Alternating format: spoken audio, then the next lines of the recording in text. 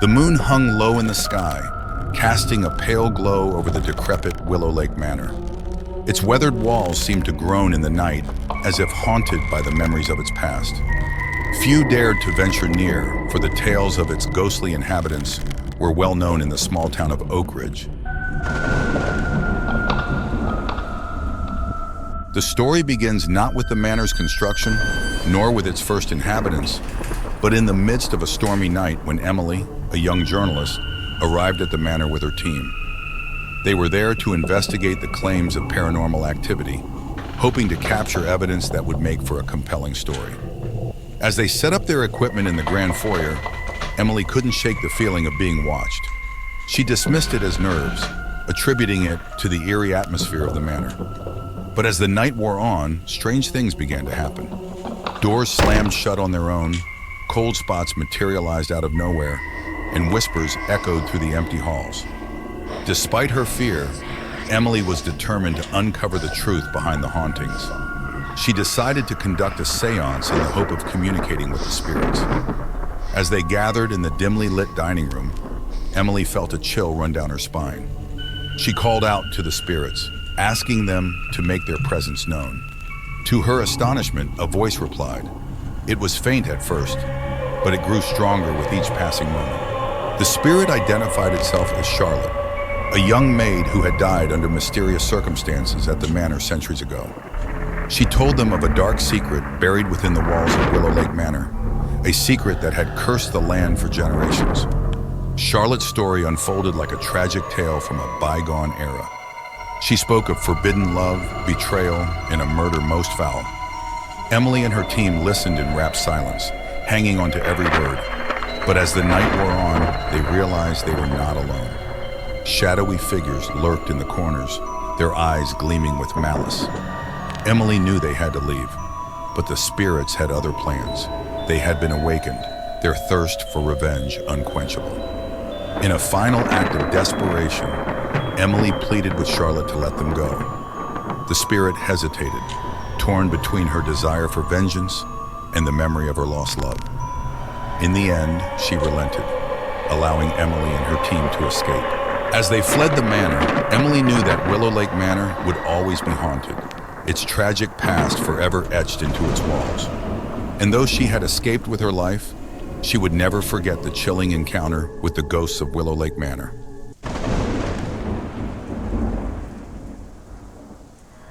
Ravenswood Castle stood on the edge of town, its turrets reaching up to the sky like the fingers of a long-dead giant. The castle had once been a place of beauty and grandeur, but now it lay in ruins, its walls crumbling and its halls haunted by the shadows of the past. Legend had it that Ravenswood Castle was cursed, its halls haunted by the spirits of those who had died within its walls. It was said that the castle's former owner, the wicked Baron Ravenswood, had made a deal with the devil to ensure his family's power and wealth.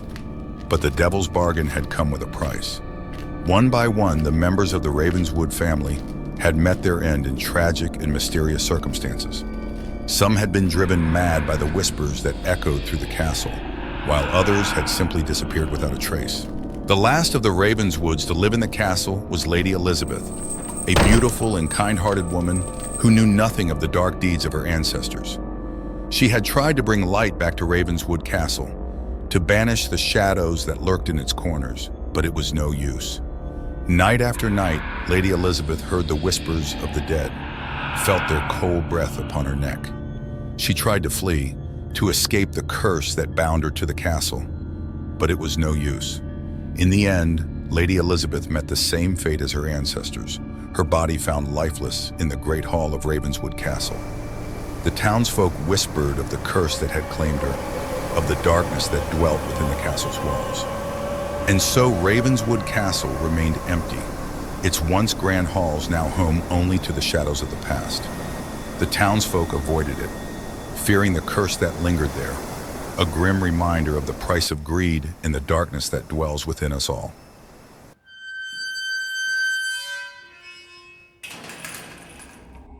In the dead of night, the darkness of Willowbrook Manor was disturbed only by the soft glow of moonlight filtering through the ancient trees that surrounded the estate. This grand old mansion, with its imposing stone facade and ivy-covered walls, had stood for centuries, a silent sentinel overlooking the town below. But within its walls, a darkness lurked that was far more sinister than the mere absence of light. For Willowbrook Manor was haunted, its halls echoing with the whispers of the past and the restless footsteps of the dead. The story of Willowbrook Manor's haunting began many years ago, when the mansion was still a thriving estate, home to the wealthy and powerful Pembroke family. It was said that the Pembroke family had made a deal with the devil himself, trading their souls for wealth and power beyond imagining. But as the years went by, the Pembroke family fell into decline. Their wealth dried up, their power waned, and the once grand estate fell into disrepair. And then one fateful night, tragedy struck. It was a dark and stormy night when the last of the Pembrokes met their end. Lord Jonathan Pembroke, the last of his line, was found dead in his study, his body twisted and broken, his eyes wide with terror.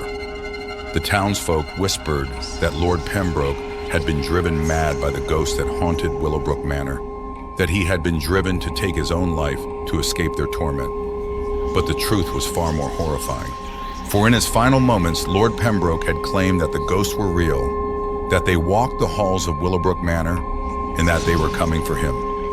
And as he spoke those words, a terrible scream echoed through the mansion, a scream that chilled the blood of all who heard it. Since that night, Willowbrook Manor has stood empty, its halls silent and its rooms untouched.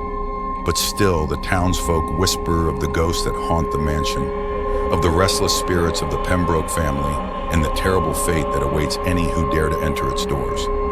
And so Willowbrook Manor stands as a grim reminder of the darkness that lurks within us all, a darkness that can never be escaped, no matter how far we run or how fast we try to flee. For the ghosts of Willowbrook Manor are not bound by time or space, and they will never rest until they have claimed their final victim.